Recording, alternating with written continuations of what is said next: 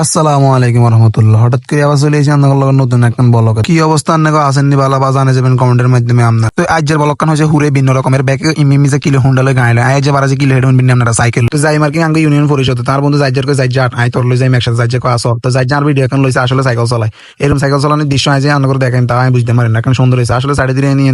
প্রাকৃতিক অবস্থাও খুব ভালো তো সুন্দর করে চলে গেছি আসলে ইউনিয়ন পরিষদের সামনে যে মন কানে নপুরপুরে লাগছে কারণ আজকে এখন জরুরি কাম যদি সারাতে পারে খুব ভালো লাগতো আসলে আজকে এখন ইমার্জেন্সি কাগজপত্রের ব্যাপার তো কোন কক্ষ চাই কক্ষ টোকায় টাকা বার করতে না সময় লাগে গেছে হরে আসতে এক রুমের ভিতরে ঢুকে গেছি রুমের ভিতরে ঢুকে যাচ্ছে আসলে রুমে গিয়ে তুই আবার সেলফি সিস্টেম ভিডিও কেন করে লিখেছি একজন আইসিআর একটা জন্ম ঠিক করতাম বুঝছি নিয়ে ঠিক তো হয় না আর হ্যাঁ সেকেন্ড বাজাতে দিয়েছি কিন্তু সোদের সামনে কি আজম এই অবস্থান কি করবেন আপনারা কি করবেন কিছু একটা করে দেন না ভাই আঁকি কিন্তু জানি আঁকি কিন্তু বুঝিনি কম্পিউটার অপারেটর জিজ্ঞান হরার কি হেতাকে বংশং দিয়ে হেতাকে কিন্তু কোথাও ঘুরি গাড়ি দত্তপাড়া বাজারের দিকে হত দিছি দত্তপাড়া বাজার দিকে হত দিতে ওমা দত্তপাড়ার অবস্থা খুব ভালো